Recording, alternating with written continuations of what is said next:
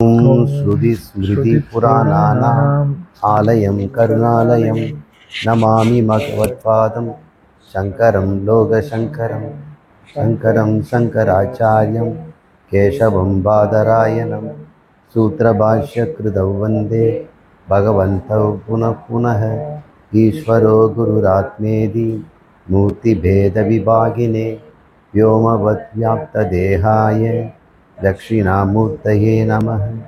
सहनाववतु सहनौ भुनक्तु सह वीर्यं करवावहै। तेजस्विनावधीतमस्तु मा विद्विषावहै। ஓம் சாந்தி சாந்தி சாந்தி. சாமிஜியோட ஃபாலோவர்ஸை நிறைய பேர் இப்போ ஆல் ஓவர் வேர்ல்டு இந்தியா ஃபுல்லாகவே பரவி இருக்காங்க. இப்போ எல்லாருமே வந்து various stages of maturity, various stages of அந்த இதில் இருப்பாங்க. இப்போ நியூ கமர்ஸ் இப்போ நிறைய பேர் இப்போ கடந்த ஒரு 6 months 1 year இங்கே குருகுலம் ஆரம்பித்ததுலேருந்து நிறைய பேர் வராங்க. இப்போ அவங்களுக்கு வந்து நியூ கமர்ஸ்க்கு எப்படி அவங்க வேர் to start regarding Advaitham, how to follow, எப்படி அவங்க ஃபாலோ பண்ணி இந்த ஸ்பிரிச்சுவல் பாத்தில் எப்படி அவங்க கண்டினியூ பண்ணுறது, இதுக்கு சாமிஜியோட வீடியோஸ்லாம் நிறையா இருக்குது. அதில் எதில் இருந்து ஸ்டார்ட் பண்ணி எதை கண்டினியூ பார்த்து எப்படி அதை வந்து இது ஃபாலோ பண்ணணும் அப்படிங்கிறது தான் கொஸ்டின் சார்.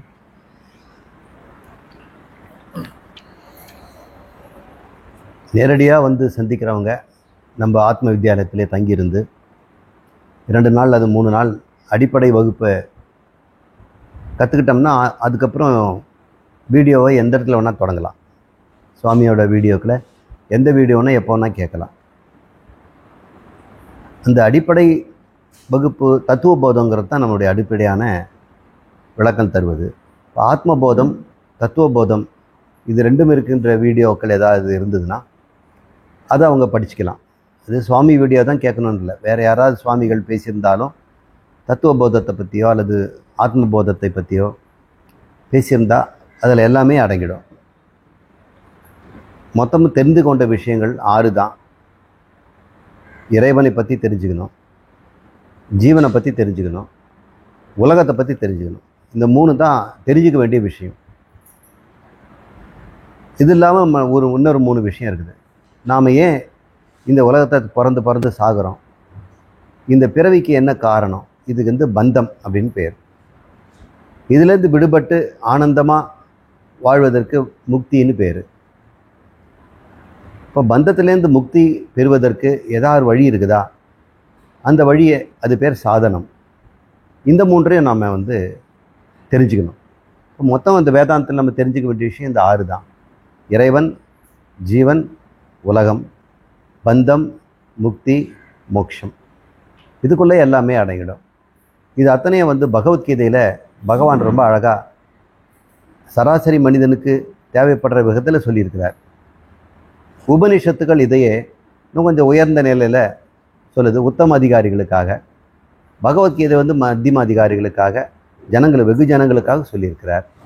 இன்னும் நிறைய பிரகடனங்களாக இருக்குது. அந்த பிரகரணங்களாக திருஷ்ய விவேகம், விவேக சூடாமணி, இது போன்ற நூல்கள்லாம் பார்க்கும் பொழுது சாதாரண எளிய மக்களுக்கெல்லாம் புரிஞ்சுக்கிற மாதிரி இருக்குது. இப்போ ஆரம்பத்தில் இருக்கிறவங்க வீடியோ மூலம் தெரிஞ்சுக்கணுன்னா சுவாமிதோ அல்லது வேற யாரதோ தத்துவ போதத்துலேருந்து ஆரம்பித்தா நல்லாயிருக்கும். ஓகே, இன்னொரு கொஸ்டின். இப்போது எங்களோட ஆன்மீக பயணத்தில் இப்போது நாம் சில நேரத்தில் இல்லை பல நேரங்களில் தடையாக இந்த அதிதெய்வம், அதிபௌதிகம், அதி ஆத்மீகம் இதுதான் நமக்கு நம்மளோட ஆன்மீக பயணத்தில் ஒரு சின்ன தடையாக சில சமயம் வருது அப்படின்னு நம்ம சொல்கிறோம் இல்லைங்களா. இப்போ இந்த மாதிரி தடைகள் தனிநபரோட பிராரப்தத்தினால் விளைவாக ஏற்படுகிறதா அல்லது அது இயல்பா, அப்போ இல்லை ஈஸ்வர நியதியா? இப்போ இந்த தடங்களை நாங்கள் எப்படி எதிர்கொள்வது, எப்படி வந்து இதை முறியடித்து முன்னேறுவது, இதை பற்றி கொஞ்சம் சொல்லணும்.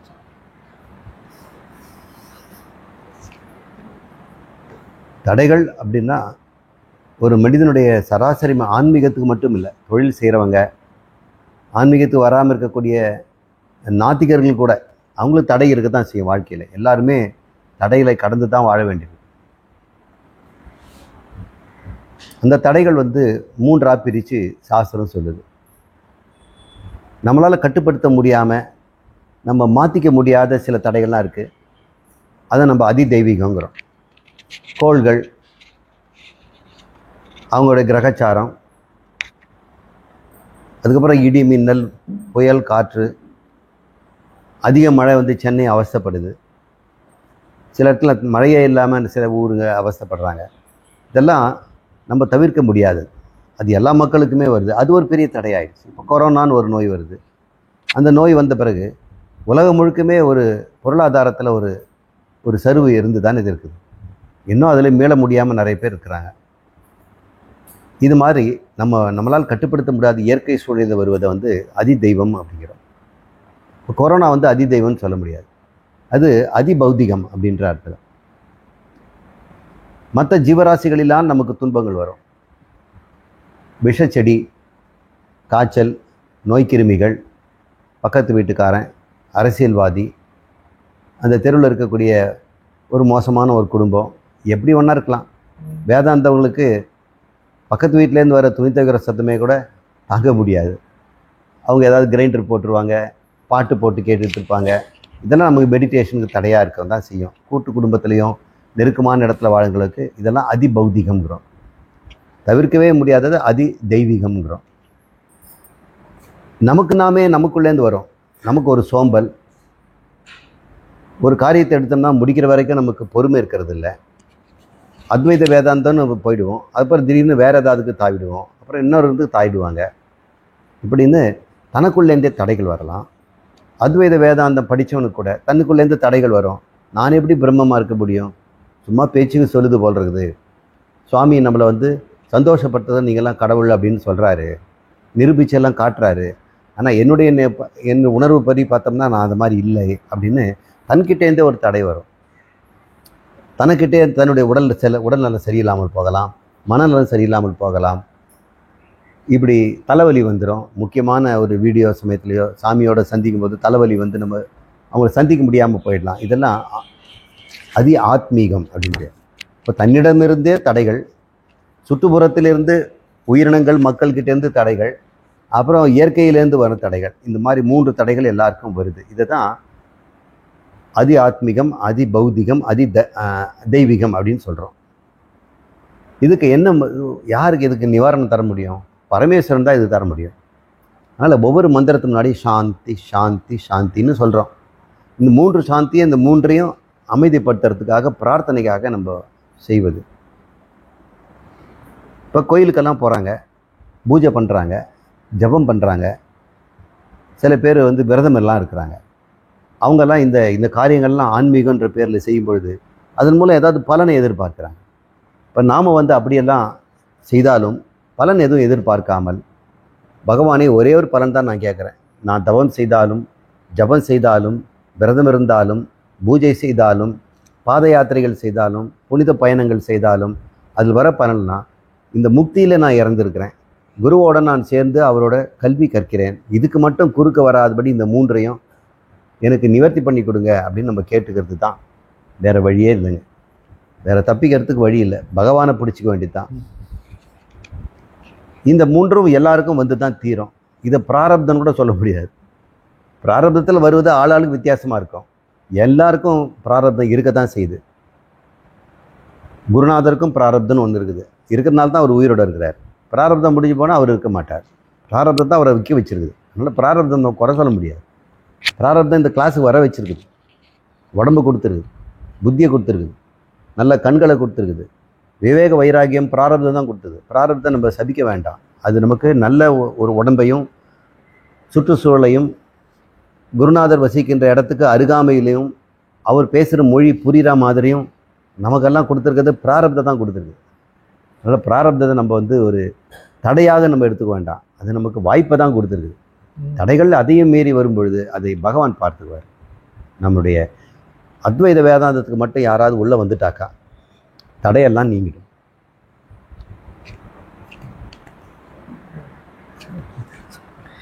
தூக்கத்தை பற்றி, தூக்கம் உறக்கத்தை பற்றிய கேள்வி. இப்போ ஆனந்தமாக தூங்கினேன் என்று சொல்லுவாங்க, யூஸ்வலாக சொல்கிறோம் இல்லைங்களா சாமி. இப்போது நிறைய பேர் வந்து பலரும் தூக்கம் இல்லாமல் இருக்கிறவங்க இருக்காங்க. நைட்லாம் தூக்கமே வரல அப்படின்னு சொல்கிறவங்க. இப்போ நோயோட வேதனையோட தூங்குகிறவர்களும் இருக்கிறார்கள். அதே மாதிரி மன கஷ்டம், பண கஷ்டத்தோட, டிப்ரெஷனோட, இப்படி நிறைய பேர் வேதனையோட தூங்காமல் இருக்கிறவங்க இருக்காங்க. அது மாதிரி ட்ரக்ஸு, ஏதாவது ஆல்கோஹால் இன்டாக்சிகேஷன் பண்ணிட்டு அப்புறம் தூக்க மாத்திரை சாப்பிட்டுட்டு தினமும் நைட் தூங்குறவங்க, இப்படி பல வகைகளில் வந்து தூக்கம் இருக்கு இல்லைங்களா சார். இப்படி இருக்கும் பொழுது நான் ஆனந்தமாக தூங்கினேன் என்று எப்படி நம்ம சொல்ல முடியும்? இப்போ இந்த மாதிரி கேட்டகரிஸ் ஆஃப் பீப்புள் இருக்காங்க இல்லைங்களா. மேலே கூறியவர்களின் தூக்கம் எப்படிப்பட்டது, இவங்களோட தூக்கம் வந்து அந்த நான்கிறது ஆத்மால போய் அந்த தூக்கத்தில் இருக்கும் அப்படின்னு நம்ம யூஸ்வலாக சொல்லுவோம் இல்லைங்களா. அதே அந்த மாதிரி தான் அவங்களுக்கும் இருக்குமா, இல்லை அவங்களோட உறக்கம் வந்து ஏன் அவங்களுக்கு ஆனந்தத்தை தரவில்லை? இந்த மாதிரி கேட்டகரிஸ் ஆஃப் பீப்புளுக்கு ஆனந்தமாக தூங்கினேன்னு அவங்களால சொல்ல முடியாது இல்லைங்களா. அப்போ வந்து நம்ம ரெகுலராக சொல்கிறப்ப நான் ஆனந்தமாக தூங்கி எந்திரிச்சோம் அப்படின்னு சொல்கிறோம். பட் அவங்களுக்கு இது கிடையாது. பட் இருந்தாலும் தூங்கி எந்திரிக்கிறாங்க. பட் அவங்களோட தூக்கத்துக்கும் நம்மளோட அந்த ஆனந்தமாக தூங்கி எந்திரிக்கிறவங்களுக்கு என்ன வித்தியாசம்? தூக்கம் வராத வரைக்கும் தான் அவங்களுக்கு ஆனந்தம் இல்லை. எல்லாருக்கும் தூக்கம் வந்த பிறகு தூக்கம் ஒரே மாதிரி தான் இருக்கும். தூக்கம் வராமல் கஷ்டப்படுறவங்களுடைய தூக்கம் ஒன்று இருக்கும் இல்லையா. அவங்க கஷ்டப்படுறாங்க உண்மைதான், ஆனால் தூங்குறதே இல்லைன்னு சொல்ல முடியாது இல்லை. அவங்க கஷ்டப்பட்டு தூக்குறாங்க. தினமும் கரெக்டாக 8 மணி நேரம் தூங்குறவங்க இருக்கிறாங்க. அவங்க அந்த தூக்கத்தில், ஆழ்ந்த தூக்கத்தில் அவங்க ஆனந்தத்தை அனுபவிக்கிறாங்க. இப்போ தூக்கத்தில் அந்த ஆனந்தம் தெரியறதில்ல. முழிச்ச பிறகு தான் ஆனந்தமாக தூங்கினேன் அப்படின்னு சொல்கிறாங்க. அந்த ஆனந்த ஒரு நினைவு அனுபவிச்சாதான் நமக்கு நினைவு வரும். அனுபவிக்காத பொருள் எப்படி நினைவு வச்சிருக்க முடியும்? நீங்கள் முன்பின் அனுபவிக்காத ஒரு உணர்வு இருந்ததுன்னா அது எப்படி நினைவுக்கு வரும்? அப்போ ராத்திரி தூக்கத்தில் நீங்கள் ஆனந்தத்தை அனுபவிச்சதுனால தானே காலையிலேருந்து நான் ஆனந்தமாக தூங்கினேன்னு சொல்ல முடியும். அப்போது ராத்திரியில் ஆனந்தத்தை அனுபவிக்கிறது நீங்கள் இருந்திருக்கிறீங்க. இப்போ தூக்கமும் ஆனந்தமாக தான் இருக்கும். அது எல்லாருடைய தூக்கம் அப்படி தான் இருக்கும். ஒரு சிலருக்கு தூக்கம் சீக்கிரம் வந்துடுது, சிலருக்கு தூக்கம் வரமாட்டேங்குது. அவ்வளோதான் தவிர தூக்கம் எல்லாருக்கும் ஒன்று தான். அதனால் எல்லாருடைய தூக்கமும் ஆனந்தம் தான். அது அந்த ஆனந்தம் கிடைக்கலையேங்கிறது தான் அவங்களுக்கு துக்கமாக இருக்குது. மற்றவங்களாம் சுலபமாக தூங்கிடுறாங்க, உட்கார்ந்தவொடனே தூங்கிடுறாங்க, கிளாஸ் ஆரம்பித்தவொடனே தூங்கிடுறாங்க. சாமி இது வீடியோ காதில் போட்ட உடனே நேரத்தை தூக்கம் வந்துடுது. அதுதான் பெஸ்ட்டு மருந்து. சாமி வீடியோ கேளுங்க, தூங்கிடலாம். அப்போ அது எல்லாருமே ஒரே மாதிரி தான். ஆமாம், எல்லாரும். ஆமாம், தூக்கம் ஏன் சில பேருக்கு வரமாட்டேங்குது? மனம் ஒடுங்கினா தானே தூக்கம் ஒடுங்கும். தூக்கங்கிறதே மனத்தினுடைய ஒடுக்கம் தானே. மனம் தன்னுடைய செயல்பாடுகளை நிறுத்தி கொடையை மடிச்சா மாதிரி எல்லா விவகாரங்களும் அது வந்து ஆக்டோபஸ் மாதிரி 8 கையிலையும் 4 பக்கமும் கையை வச்சுக்கிட்டு ஏதாவது செய்யுது மனசு. ஒன்று எண்ணம் முடிஞ்சாலும் இன்னொரு எண்ணத்துக்கு ஓடிடுது.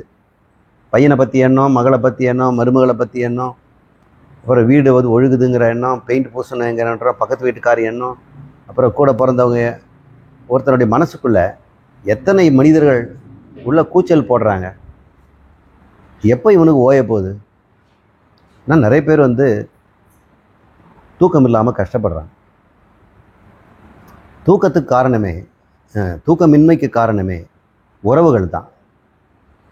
ஜடப்பொருள் நம்மளை தூக்கத்தை கெடுக்கிறது இல்லை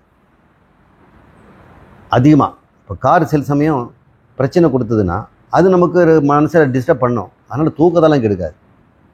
மனதை ரொம்ப அலகழிக்கிறது மனிதருடைய உறவுகள் தான். இந்த உலகத்தில் கோடிக்கணக்கான ஜனங்கள் இருந்தாலும் ஒரு மனிதனுக்கு துன்பம் தரக்கூடியவங்க பார்த்தோம்னா அவனுடைய உறவுகள் ஒரு 10-15 பேர் தான். அந்த 10-15 பேரும் தினமும் ராத்திரி அவங்க எங்கேயோ தூங்கிட்டு இருந்தாலும் இவன் தலையில் முடிச்சிட்டு இருக்கிறான். அவங்க நிம்மதியாக தூக்கும் பொழுது இவனும் தூங்க வேண்டித்தானே, விட மாட்டேங்கிறான். இழுத்து பிடிச்சிட்டு இவன் தான் கஷ்டப்படுறாங்க. விட்டு தொலைதுன்னு விட வேண்டித்தானே. இந்த பழக்கம் நமக்கு வந்துடுதுன்னா நிச்சயம் நல்லா நம்ம தூங்கலாம். இறைவன் எல்லாத்தையும் பார்த்துக்குவார். அவங்க விருப்பப்படி வாழட்டும். நம்ம விருப்பப்படி அவங்க வாழலைங்கிறதுக்காக நம்ம அவங்களோட போராட வேண்டாம்.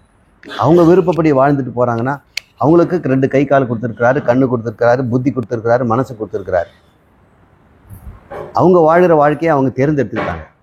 அது சுதந்திரம், அது தலைவிதின்னு சொல்ல முடியாது. இப்போ அவங்க வாழட்டுமே. ஆனால் நம்ம ஏன் அவங்களோட போராடணும்? மனசுக்குள்ளே மக்களை வந்து சேர்க்காதீங்க. யாருக்கும் அந்த மனசுக்குள்ளே இடம் இருக்கக்கூடாது. ஒன்று இறைவனுக்கு இடம் கொடுங்க, பக்தி பண்ணுங்க, இல்லைன்னா குருநாதருக்கு இடம் கொடுங்க. நல்ல காரியங்களை செய்வதற்கு நினச்சி பாருங்கள். ராத்திரி நேரம் தூக்கம் வரலன்னா மனுஷன் நினைக்கிறத விட நாம் ஆனந்தமாக வாழ்ந்த நாட்களை நினச்சி பாருங்கள். கொஞ்ச நேரம் அதை நினச்சி பார்க்கும்போது அதுக்குள்ளேயும் அவங்க புகுந்து வருவாங்க. நீங்கள் பழக்கப்படுத்தணும். எனக்கு தெரிஞ்ச ஒரு பழக்கம் என்னென்னா, நீங்கள் எல்லாருமே கோயில் போகிறவங்க தான். ஏதோ உங்களுக்கு பிடிச்ச ஒரு கோயில் இருக்க தான் செய்யும். அந்த கடமையேன்னு கோயிலுக்கு போகாமல் ஒரு ரசனையோடு போங்க. அது சின்ன கோயிலாக கூட இருக்கலாம், பேர் ஒரு மாதிரி பெரிய கோயிலாக இருக்கலாம், பட்டீஸ்வரர் கோயில், அல்லது பக்கத்தில் இருக்க மாரியம்மன் கோயிலாக கூட இருக்கலாம். அதில் நீங்கள் இப்போ ஒரு 9 தடவை சுற்றி வந்திருப்பீங்க. அங்கே ஒரு வேப்ப மரம் இருக்கலாம், அது கீழே 2-3 பொம்மை சிலைகள் இருக்கலாம், அதில் செடி கொடிகள் இப்போ முளைச்சிருக்கலாம். இதெல்லாம் நீங்கள் பார்த்துருக்கீங்க இல்லையா? அப்புறம் அந்த அம்பாள் உற்று கவனிங்க. சாமிக்கு வந்து கற்பூர ஆரத்தி கண்ணும்போது கண்ணை முடிக்கக்கூடாது. அவங்கள உற்று நம்ம பார்க்கணும். அவங்களுடைய முக லட்சணங்களை பார்க்கணும். அவங்க கையில் இருக்கக்கூடிய அந்த ஆயுதங்கள்னு சொல்லுவாங்க. நம்ம சாமிகளுக்கெல்லாம் கையில் ஒரு ஆயுதம் இருக்கும். மான் இருக்கும், மழு இருக்கும், தமருகா இருக்கும், சூலம் இருக்கும், சர்வசக்தி வீணை இருக்கும். ஏதாவது ஒன்று கையில் வச்சுருப்பாங்க. 6 கையிலையும் 6 கையில் ஏதாவது ஒன்று வச்சுருப்பார். நீங்கள் அதெல்லாம் கவனிங்க. உத்து கவனிக்கும் பொழுது மனசில் உபாசனை பண்ண கற்றுக்கணும். பூஜை பண்ணுறதுக்கு எப்படிங்கிறத நம்ம கோயிலுக்கு போய் கற்றுக்கிறோம். நமக்காக கோயிலில் வந்து பூஜைகள்லாம் செய்கிறாங்க. அதை நீங்கள் என்னென்ன செய்கிறாங்கன்னு நம்ம கவனிக்கணும். அது ஒரு உபச்சாரம். இந்த இறைவனுக்கு செய்கின்ற இந்த பூஜையை நாம் தூக்கம் வராது இருக்கும்போது செய்யலாம் இல்லை? நீங்கள் நிஜமாக கோயில் போனால் தான் குளிக்கணும். இதை சாப்பிடக்கூடாது, அதை சாப்பிடக்கூடாது, ஏதாவது மாலை பழம்லாம் வாங்கிட்டு போகணும். வீட்டில் பூஜை செய்தாலும் அதுக்கு நேரம் இல்லை, பூஜை ரூம் எதுவும் இல்லை, வேலை பலு நிறையா இருக்குது. தூக்கம் வராமல் தானே கஷ்டப்படுறீங்க. தாராளமாக பூஜை பண்ணுங்களேன். நல்ல நேரம் கிடைச்சி பூஜை பண்ணுறது. மனசு பூஜை பண்ண வரமாட்டேங்குது பாருங்கள். நிச்சயம் உங்களுக்கு தூக்கம் வேணும்னா பகவானுக்கு பூஜை பண்ணுங்க. நல்ல நேரம் அது. 9 மணிக்கு கண்ணை மூடிட்டு வேலையெல்லாம் முடிச்சு படுத்த உடனே, ஐயா பட்டீஸ்வரா நான் வந்துட்டேன் அப்படின்னு நினச்சி, நம்ம பேரூர் பட்டீஸ்வரர் உங்களுக்கு எந்த கோயில் தெரியுமோ அதுக்கு போங்க.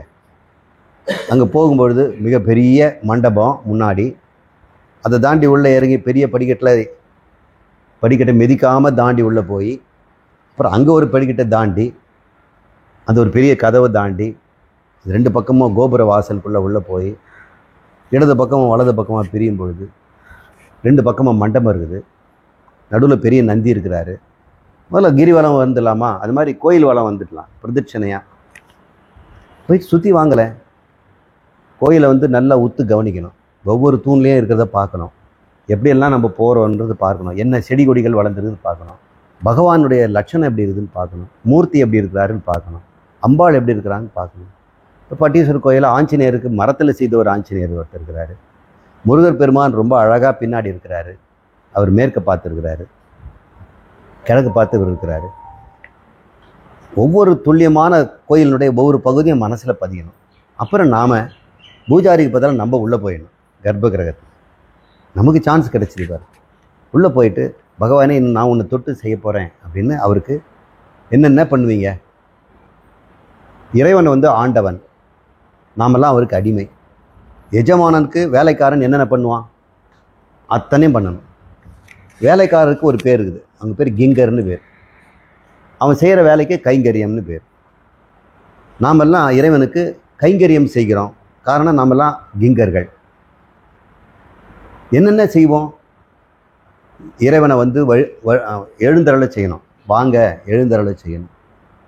அதுக்கப்புறம் அவங்கள அமர செய்யணும். நல்லா ஆசனம் கொடுங்க. அப்புறம் கால் 2 நீட்டுங்க சாமி, நான் பாத பூஜை செய்யணும்னு சிவபெருமான் பாதத்தை பாருங்கள். கற்பனை வளத்தோடு பாருங்கள். அதில் தண்டையும் சிலம்பும் அழகான தாமரை போன்ற கால்களையும் அதில் வந்து கண்ணீரால் குளிப்பாட்டுங்க. பன்னீரால் வேண்டாம், அழுது குளிப்பாட்டுங்க. கண்ணீரால் நீராட்டினேன் ஆண்டவனே உன் அப்படின்னு ஒரு பாட்டு இருக்குது. தண்ணீரால் நீராட்டினேன். அது மாதிரி பூஜையை செய்யுங்க. எப்படி தூக்கம் வராமல் போகும்? எப்படி வேத்து மனுஷா உன் மண்டையில் வருவான்? தினமும் செய்யுங்க. நீங்கள் மாரி மகான் ஆகிடுவீங்க. எந்த தேவதை குறித்த ஒருத்தன் உபாசனையை மானசீகமாக செய்கிறானோ, ஒரு வருஷம் 365 நாளும் இடைவிடாது இதை நம்ம செய்திருந்தோம்னா அந்த தெய்வம் உங்களுக்கு காட்சி தரும். சத்தியமாக சொல்கிறேன், உங்களுக்கு காட்சி தரும். அர்ச்சனை பண்ணணும் சாமி. அர்ச்சனை பண்ணனா அவருக்கு எத்தனை மந்திரங்களும் ஒரு 2 மந்திரமாக ஞாபகம் வச்சுருக்கணும். சாந்தாகாரம், புஜக சயனம், இந்த மாதிரி ஒரு மந்திரத்தை வச்சுக்கிட்டு விஷ்ணுவுக்கு நம்ம பூஜை செய்துக்கிட்டே இருந்தோம்னா கட்டாயம் விஷ்ணு காட்சி தருவார். முருகர் காட்சி தருவார். அம்பாள் காட்சி தருவாங்க. யார் வேணாலும் காட்சி தருவாங்க. இந்த உபாசனைக்கு அவ்வளோ சக்தி இருக்குது. தூக்கம் வரலன்னு யாரும் புலம்பாதீங்க. நல்ல நேரம் கிடச்சிது தூக்கம் வரலன்றவங்க. ஊர் கதையெல்லாம் பார்க்குறதுக்கும் செல்ஃபோனை பார்க்குறதுக்கும் இதெல்லாம் பண்ணுறதை விட இதை செய்யணுங்க. இது நம்முடைய பாரத நாட்டு சொத்து. நமக்கு மற்றவங்க பூஜையெல்லாம் எப்படி எப்படியோ பண்ணுறாங்க. நம்முடைய பூஜை ரொம்ப அழகானது.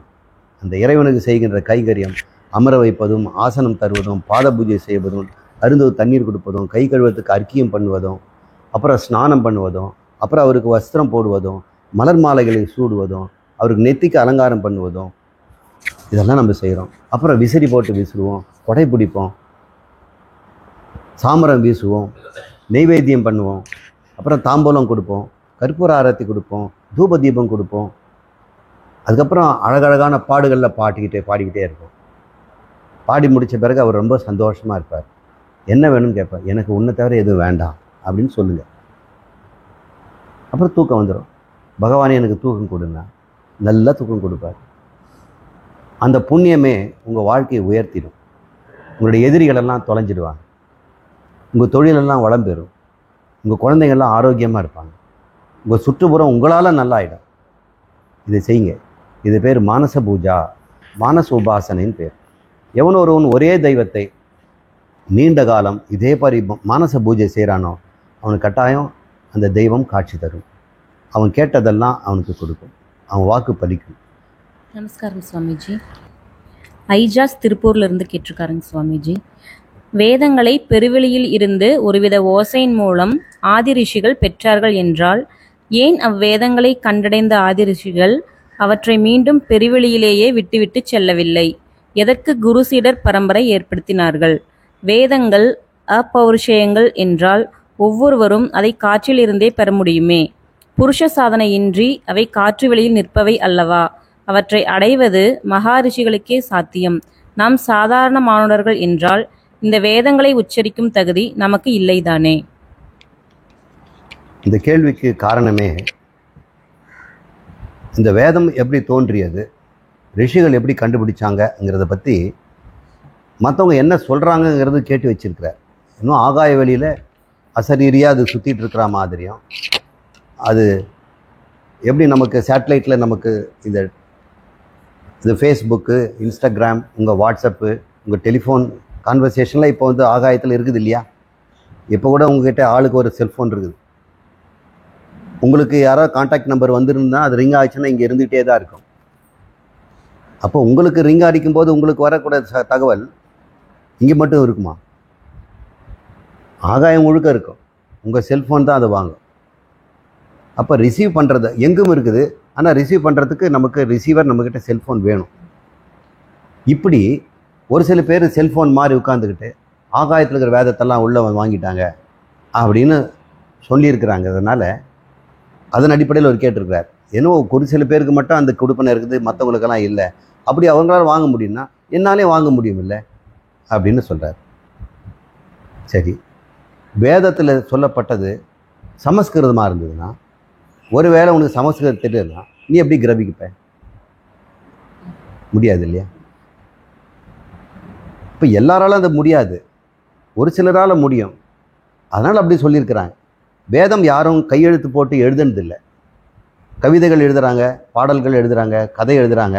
அதுபோல் வேதத்தில் மந்திரங்களெல்லாம் யாராவது எழுதுனாங்களா? அப்படியே திங்க் பண்ணி எழுதுனாங்களா? அடுத்த பாட்டு இது, அடுத்த பாட்டு அப்படின்னு அப்படிலாம் இல்லை. அதனால் மனிதன் செய்யலை, புருஷனால் உற்பத்தி செய்யப்படவில்லை. புருஷனா மனுஷன் பேர். அதனால் அபௌருஷேயம் அப்படின்னு, அபுருஷன் ஆனால் புருஷனால் அல்லன்றது அவபௌருஷேயம் அப்படின்னு நம்ம சொல்லியிருக்கிறாங்க. அவ்வளோதான். இப்போ நான் சொல்கிறேன், வேதம் எப்படி நம்மக்கிட்ட இன்றைக்கி இருக்குது, ஓலையில் இருக்குது, அல்லது குருநாதர்கள் வேத மந்திரங்கள் தெரிஞ்சவங்க அதை வந்து சொல்லிக் கொடுக்குறாங்க. ஒவ்வொரு மனிதனும் குறிப்பிட்ட வயசு வந்த பிறகு வேதத்தை கற்றுக்கணும்னு அந்த காலத்தில் ஒரு திட்டம் இருந்தது. இப்போ வந்து பள்ளிக்கூடத்தில் வந்து மேத்ஸு, சயின்ஸு, ஃபிசிக்ஸ் இதெல்லாம் இருக்குது. அந்த காலத்தில் அதெல்லாம் கிடையாது. குருகுலம்னு இருக்கும். குருக்கு தெரிஞ்சாலும் சொல்லிக் கொடுப்பார். அவருக்கு அன்றாட தமிழ் மொழி பேசுறதுக்கும் சமஸ்கிருதம் பேச மொழியை சொத்து கொடுப்பார். எழுத படிக்க கற்றுக் கொடுப்பார். அதுக்கப்புறம் கணக்கு போட கற்றுக் கொடுப்பார். அப்புறம் தர்மங்களை எல்லாம் உபதேசிப்பார். ராமாயண மகாபாரதத்தை சொல்லிக் கொடுப்பார். கட்டாயம் வேத மந்திரங்களை சொல்லிக் கொடுக்க கற்றுக் கொடுப்பார். இதுதான் நம்முடைய குருகுலம் முறை. இது இல்லாமல் ஒவ்வொரு வர்ணத்துக்கும் தகுந்த மாதிரி குரு வந்து சில கலையை கற்றுக் கொடுப்பார். வைசியர்களுக்கு பிஸ்னஸை கற்றுக் கொடுப்பார், அக்ரிகல்ச்சரை கற்றுக் கொடுப்பார், விவசாயத்தை, அப்புறம் மிருகங்களை வளர்க்குறது, இதுக்கு நோய் வராமல் பார்த்துக்கிறது எல்லாம் குருநாதர் தான் சொல்லிக் கொடுப்பார்.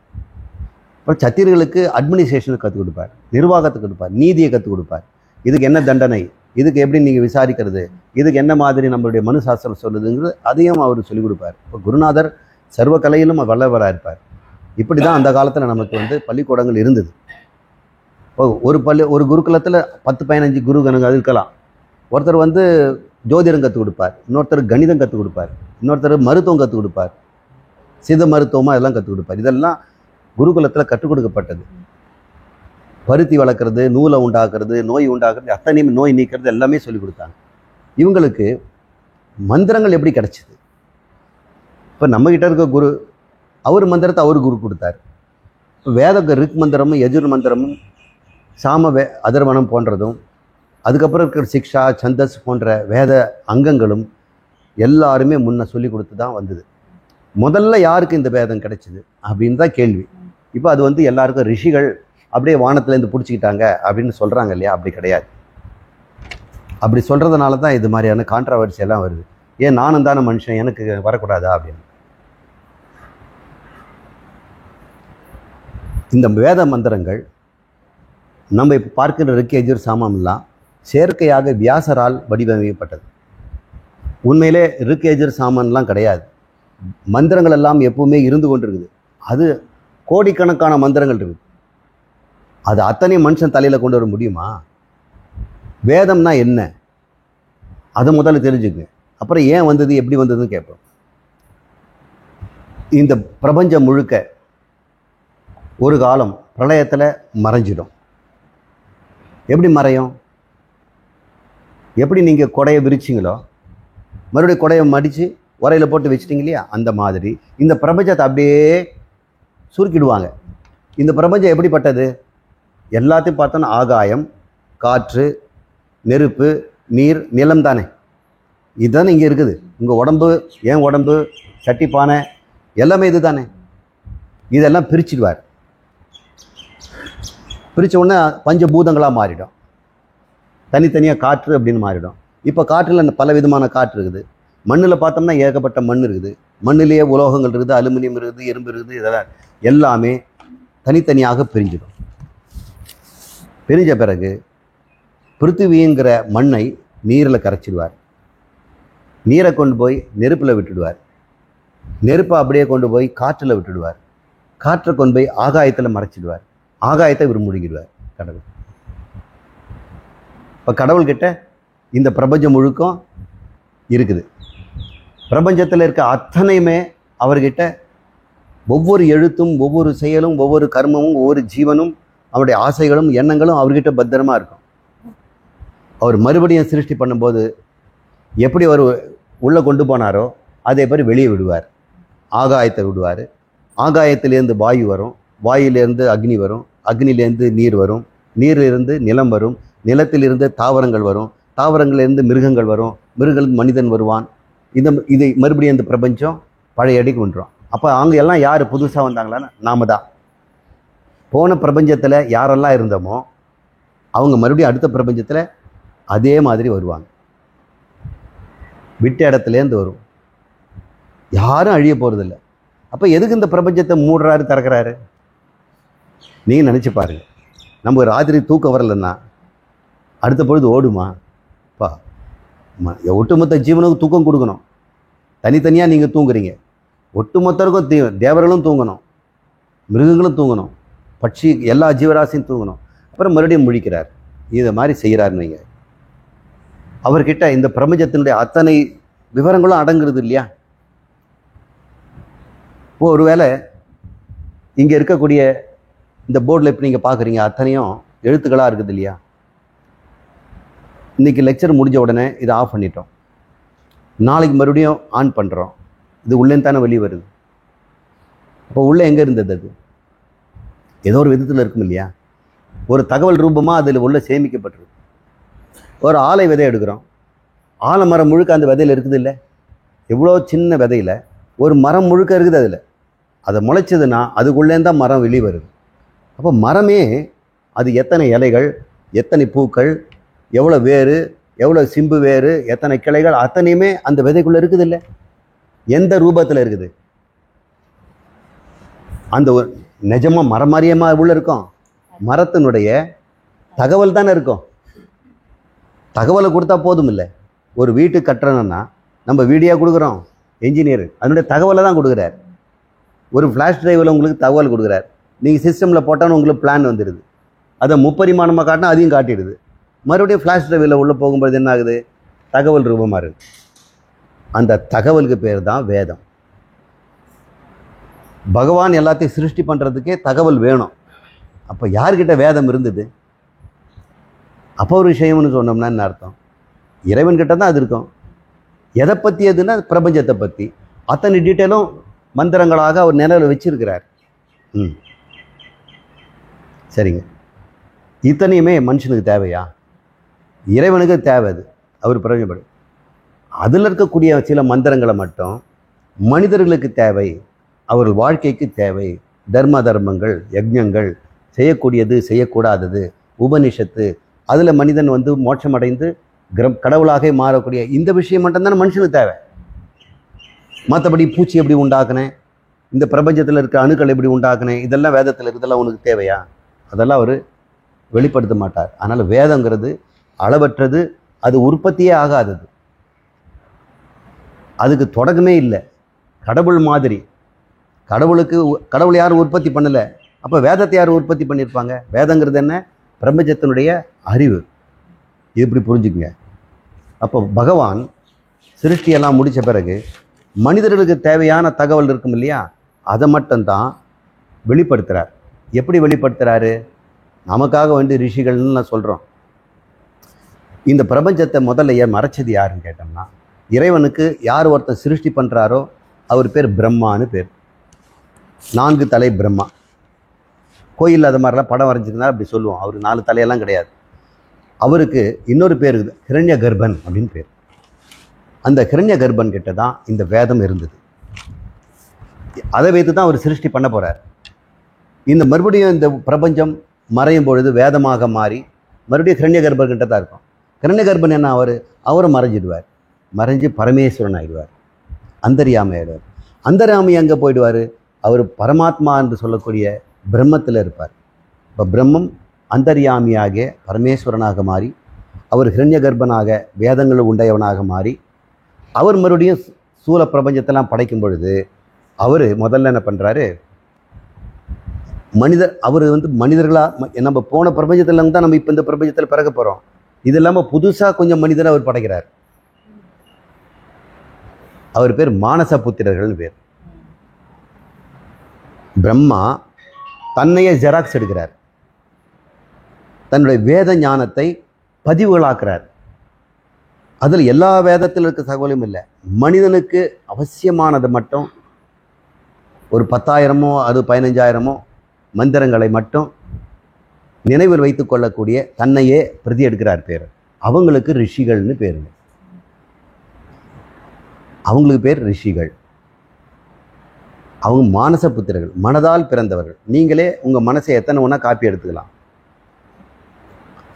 நீங்கள் நிறைய உங்ககிட்ட உங்களுடைய தகவலே நிறைய இடத்துல காப்பியாக இருக்குது அப்படின்னு உங்களுக்கு தெரியாது. உங்களுக்கு ஒரு பொருளை பற்றிய தகவல் பல இடத்துல பிரெயினில் ஸ்டோர் ஆகிருக்குது.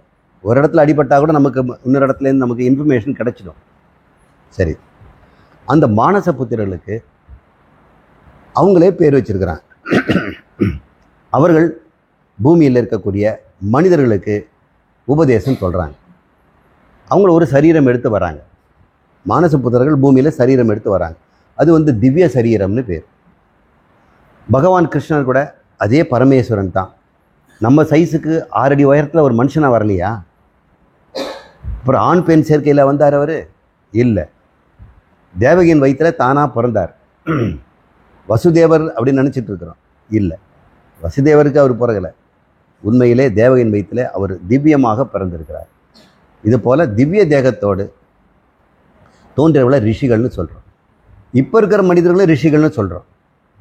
அவங்க சாதாரண தாய் தந்தைகளால் பிறக்கப்பட்டவங்களாக இருக்கலாம். ஆனால் ரிஷிகள்ங்கிறது என்ன அர்த்தம்னா, ஆருஷம், பல தகவல்களை உள்ளே அடக்கிய பண்டிதர்கள் அப்படின்னு அர்த்தம். இப்போ நம்முடைய ஆதிகால ரிஷிகள் ஆஸ்தம்பானர், யாக்ஞவல்கியர்,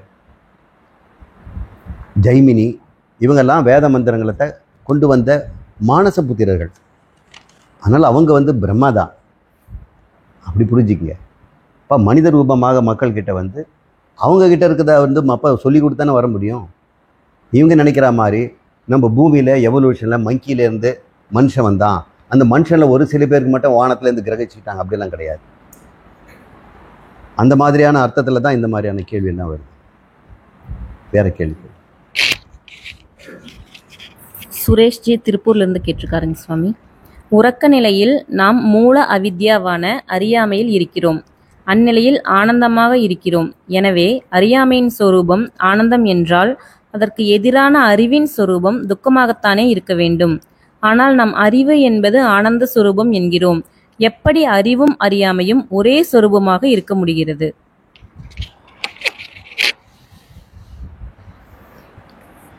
ஆங்கிலத்தில் ஒரு சொல்லுறது வழக்கு, இக்னோரன்ஸ் இஸ் பிளிஸ் அப்படின்பாங்க.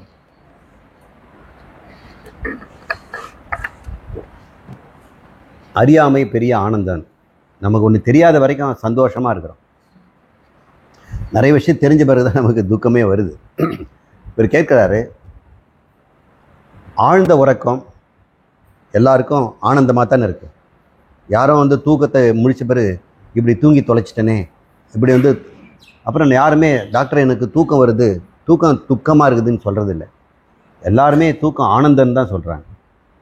தூக்கத்தில் நமக்கு எந்த விதமான பயமும் இல்லை, கோபமும் இல்லை, ஆசையும் இல்லை, துக்கமும் இல்லை. ஆனால் நம்ம ஆனந்தமாக இருக்கிறோம். அந்த சமயத்தில் அறியாமையும் இருக்குது இல்லையா? அப்போ அறியாமை இருக்கிறதுனால ஆனந்தம் இல்லை, தூக்கம் ஆனந்தமானது. ஏன் ஆனந்தமானதுன்னா, அங்கே தூக்கத்தில் யார் இருக்கிறது? ஆனந்தமாக இருக்கின்ற ஆத்மா தான் இருக்குது. அதனால் அது எப்பவுமே ஆனந்தமாக இருக்குது. முழிச்சுக்கிட்டது யார்? ஆத்மா முழிக்கலை, அகங்காரம் தான் முழிக்குது. அகங்காரத்துக்கு அறிவு இருக்கிறது, துக்கமும் இருக்கிறது. அதனால் அறிவு இருந்தால் துக்கம் இருக்கும்னு அர்த்தம் இல்லை.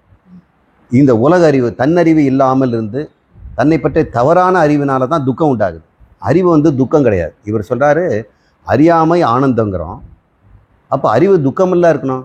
நீங்கள் அறிவு ஆனந்தங்கிறீங்களே, எப்படிப்பட்ட அறிவு துக்கம், எப்படிப்பட்ட அறிவு ஆனந்தம்னு கண்டுபிடிக்கணும். தன்னை பற்றிய தவறான அறிவு தான் துக்கம், தன்னை பற்றிய சரியான அறிவு ஆனந்தம். தூக்கத்தில் ஆனந்தமாக இருக்கிறது காரணம், அங்கே சரியான அறிவும் இல்லை, தவறான அறிவே இல்லை. அதனால் பிரச்சனை இல்லை. அறிவுன்னு வந்த பிறகு தானே சரியானவர் தரியானவர்னு வந்துடுது. அந்த சமயத்தில் தான் துக்கம் ஆனந்தம் ரெண்டு வருது. இப்படி புரிஞ்சுக்குங்க. சுகவனம் கேட்டிருக்காருங்க சுவாமிஜி. இருப்பது பிரம்மம் மட்டும் என்பது குருவின் வாயிலாக தெரிந்தாலும் ஏன் பிரம்மம் இருக்க வேண்டும் என்ற கேள்வி என் மனதில் வந்து கொண்டே இருக்கிறது. நான் பிரம்மம் இருப்பதால் தான் இந்த கேள்வியை கேட்கிறேன் என்பதும் புரிகிறது. விளக்கம் தாருங்கள் சுவாமிஜி. பிரம்மம் என்பது, சில பேருக்கு உங்களுக்கு பிரம்மம்னா என்னன்னு தெரியாமல் இருக்கலாம். தமிழில் கடவுள்னு சொல்கிறோம் இல்லையா, அது பேர் பிரம்மம். பிரம்மாங்கிறார் வேற, அவர் ஒரு தேவன், பிரம்ம தேவன். பிரம்மன், ருத்திரன், அப்புறம் விஷ்ணு அப்படின்லாம் சொல்கிறோம் இல்லையா, அவங்கெல்லாம் தேவதைகள். அவங்க மும்மூர்த்திகள்னு பேர். பிரம்மா படைக்கிறவர், விஷ்ணு காக்கிறவர், ருத்ரன் வந்து அழிக்கிறவர். அங்கேயும் பிரம்மாங்கிற வார்த்தை வருது. அவர் பிரம்ம தேவன், அதனால் அவர் பிரம்மாஜி அப்படின்னு சொல்லுவோம். பிரம்மங்கிறது கடவுள். கடவுள் ஒருவர் தான். அந்த கடவுள் பிரபஞ்சம் இல்லாத போதும், இந்த பூமி உலகங்கள்லாம் இல்லாத போதும் அவர் இருப்பார். அவர் மாத்திரம் இருப்பார். பிரபஞ்சம் உண்டாக்கும் பொழுது, அவர் உண்டாக்கும் போது அவருக்கு பிரம்மன்னு பேர், பிரம்மா அப்படின்னு பேர். அதை காப்பாற்றும் போது விஷ்ணு அப்படின்னு பேர். இது பிரளயத்தில் மறைக்கும் போது அவருக்கு ருத்ரன், சிவன் அப்படின்னு பேர். மூன்றுமே அவரே தான். இப்போ நீங்கள் கூட நைட்டு தூங்கும் பொழுது ஒருத்தர் காலையில் முடிச்சுக்கிறீங்க, அப்புறம் ராத்திரி தூக்கத்தில் கனவு காண்றீங்க. ஒரே ஆள் மூணாக செய்கிறீங்க இல்லையா?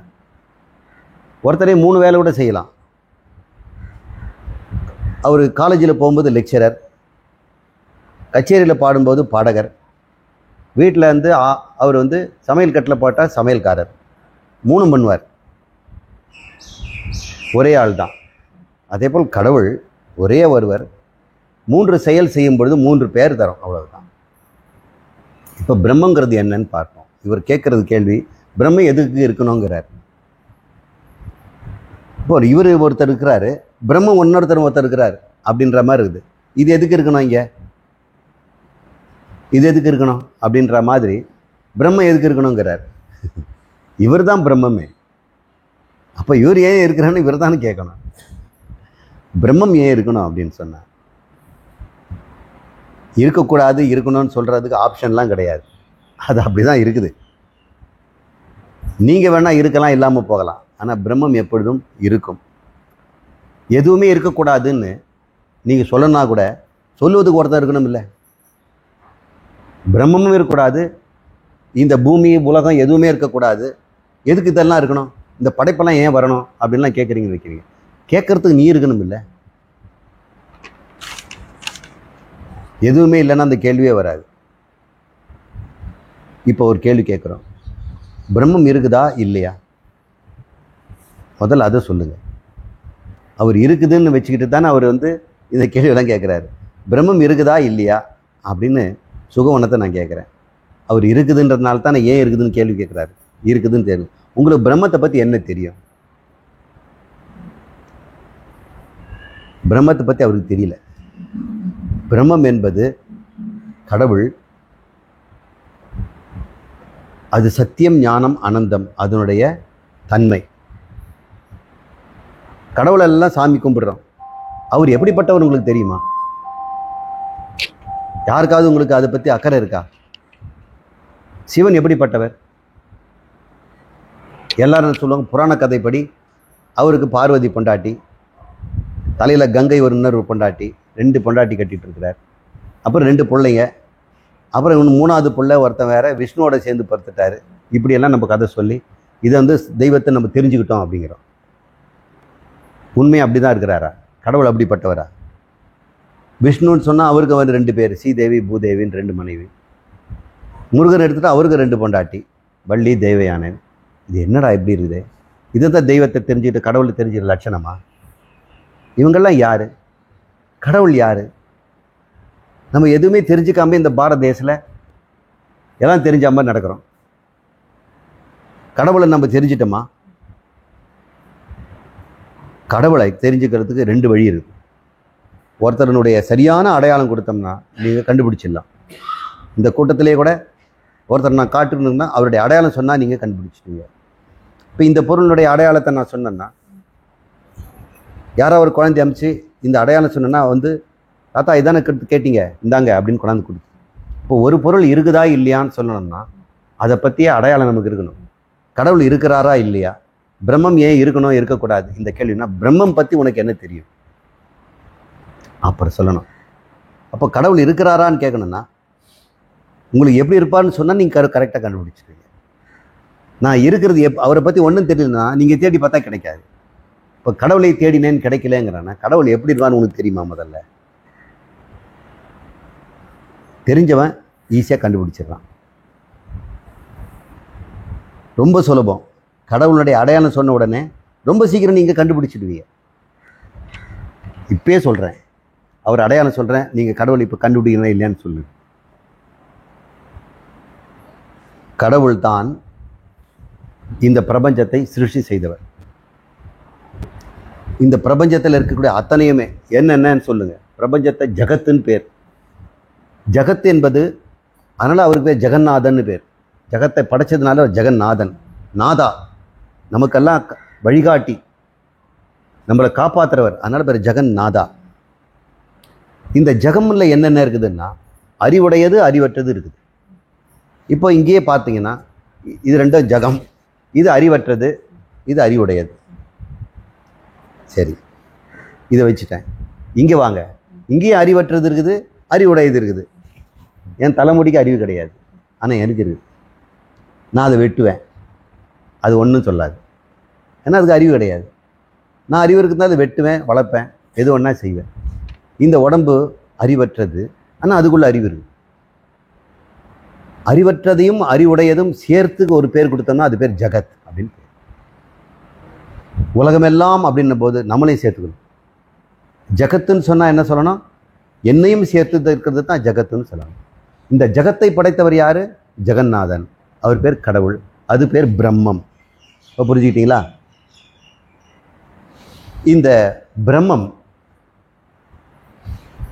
ஜகத்தை சுருக்கிடுவோம். இது அறிவுடையது, இது அறிவற்றது. இப்படி புரிஞ்சுக்கிட்டீங்களா? அறிவுடையவன், அறிவற்றது. இது மனிதன், இது உலகம். பேர் வச்சுக்கோ. இது ரெண்டு யார் படைச்சது? இறைவன் படைச்சிருக்கிறார். அவர் எப்படி படைச்சார்? இந்த பானை செய்வதற்கு, இது செய்வதற்கு மண் வேணும் இல்லையா? இந்த மண், இது மனிதனாக இருப்பதற்கு வேறு அறிவு கொடுக்கணும் இல்லையா? சரி, இது இந்த உலகம், இதை செய்வதற்கு மண் வேணும் இல்லையா? இது ரெண்டுக்கும் மண்ணு கொடுத்தவன் தானே கடவுள்.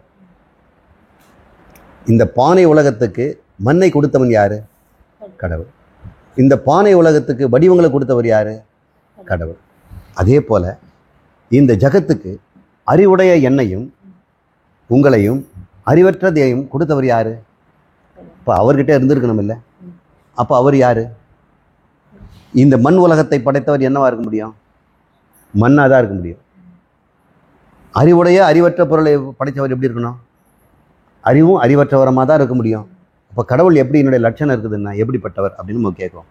அவர் அறிவு சொரூபமாகவும் இந்த பிரபஞ்சை படிப்பதற்கு வேண்டிய பொருளையும் அவர் வைத்திருக்கிறார். பொருளை கொண்டு அறிவற்றதை படைக்கிறார். தன்னுடைய அறிவை கொண்டு அந்த பொருளுக்குள்ள அறிவும் புகுத்துறார். அப்போ என்கிட்ட இருக்கக்கூடிய அறிவு யார் இது? சொல்லுங்க. பிரம்மாவை தானே, பிரம்மத்துக்கு தானே. இந்த உடம்பு யாருது? அவர் தான் கொடுத்தார். அவர் கொடுத்தாருன்னு எங்கேருந்து கொடுத்தாரு? தன்னை தான் கொடுத்துருக்கிறார். தன்னை தான் கொடுத்துருக்கிறார். கொடுத்துட்டு எங்கே தனி நம்மள மாதிரி கூட்டத்தில் ஒருத்தராக இருக்கிறாரா? இப்போ இந்த மண் 1000 பானைகளாக மாறிடுச்சு. ஒரு இடத்துல பெரிய மண் இருக்குது, அவர் தான் கடவுள்னு பேர் வச்சுருக்கிறோம். அவர் அறிவுடைய அறிவற்ற பானைகளெல்லாம் செய்து வச்சுட்டார். இப்போ மண்ணெல்லாம் இப்போ என்னாச்சு? ஜகத்தாகி போச்சு. இப்போ மண் எங்கே இருக்குது? இப்போ ஜகத்தாக தானே இருக்குது. இப்போ கடவுள் எங்கே இந்த பானைகளுக்குள்ளே ஒரு பானையாக இருப்பாரா? இருக்க மாட்டார்ல. அப்போ ஜகத்தை படுத்த ஜெகநாதன் எங்கே இருக்கிறாரு? என்கிட்ட தான் இருக்கிறார், உங்ககிட்ட இருக்கிறார், இதில் இருக்கிறார். காணும் இடமெல்லாம் இப்போ எனக்கு சாமியினுடைய அடையாளம் சொல்லிட்டேன்ல, இப்போ தேடுவீங்களா? இல்லைன்னு சொல்லுவீங்களா? யாராவது இல்லைன்னு சொல்ல முடியுமா? உள்ளங்கை நெல்லிக்க வேண்டிய மாதிரி உங்களோட சரீரமாகவே அவர் இருக்கிறார், உங்களுடைய அறிவாகவும் அவர் இருக்கிறார். அது பேர் பிரம்மங்க. ஏன் பிரம்மம் இருக்குது இல்லைன்னு எப்படி கேட்க முடியும்? அதை இல்லாமல் பண்ணுறதுக்கும் முடியாது, அது உருவாகவும் உன்னால் முடியாது. அது இருந்து கொண்டே தான் இருக்குது. அது தன்னை கொண்டு இந்த ஜகத்தை சிருஷ்டி செய்கிறது.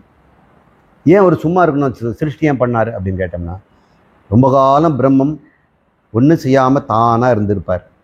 இந்த மாதிரி ரொம்ப காலமாக மண் பானை ஆகாமல் அப்படியே இருந்தது. ஒரு நாள் திடீர்னு யோசிச்சு, ஏன் எப்படி இருக்கிறோம், இந்த பானை ஆகுமே அப்படின்னு நினச்சி தான் நிறைய பேர் இந்த கேள்வி கேட்குறாங்க. இந்த கடவுள் சும்மா இருக்க வேண்டி தானே, என்னை ஏன் படைக்கணும், இந்த உலகத்தை ஏன் படைக்கணும், இதனால தான் இந்த பிரச்சனை எல்லாம். அவர் சொல்கிறாரு, இதுக்கு 2 பதில் இருக்குது. ஒரு பதில் சொல்லுவோம், நான் படைக்கப்படாதவன்னு தெரியுதில்ல, என்னை யாரோ படைச்சானா அப்படின்னு கேட்டோம்னா, உங்களை யாருங்க படைப்பேன், நீங்கள் தான் எல்லாத்தையும் படைக்கிறவர் அப்படின்னு.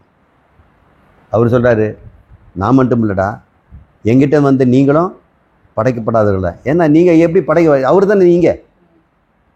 இறைவன் தோன்றவே இல்லைன்னா இந்த ஜெகத் எப்படி தோன்றி இருக்க முடியும்? அவர் தான் ஜெகத்தாக இருக்கிறாரு. இப்போ சொல்லுங்க, ஜெகத்துக்கு எவ்வளவு தொடக்கம் இருக்குதா? ரொம்ப காலமாக இறைவன் ஜெகத்தா இல்லாமல் இருந்து ஜெகத்தானாரா? கிடையாது. ஜெகத்தும் இறைவனும் எப்பவுமே இருந்துக்கிட்டு தான் இருக்கிறாங்க. நாம் எப்பவுமே தப்பான கண்கூடத்தில் ஜெகத்துக்குள்ளே இறைவன் இருக்கிறான்னு நினச்சிட்டு இருக்கிறோம். சில பேர் ஜெகத்துக்கு வெளியே இருக்கிறான்னு நினச்சிட்டு இருக்கிறாங்க. அவர் வெளியும் இல்லை உள்ளவும் இல்லை. ஜெகத்தே அவர் தான். ஜெகத்தே கடவுள் தான். ஏன் அவர் ஜெகத்தா இருக்கிறாருன்னு கேட்கக்கூடாது. ஏன்னா அவரோட உடம்பே அதுதான். இந்த ஜெகம் முழுக்க அவர் உடம்பு. இதில் இருக்கிற அறிவெல்லாம் அவர். அறிவும் உடம்பும் அவரே தான். நமக்கு ஒரு உடம்பு ஒரு அறிவு.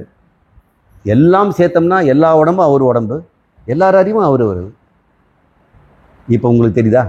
இப்போ பிரம்மம் ஏன் இருக்குதுன்னா கேள்வி கூடாது. அது ஒன்று தான் இருக்குது. இந்த கேள்வி கேட்குறவனே பிரம்மன் தான்.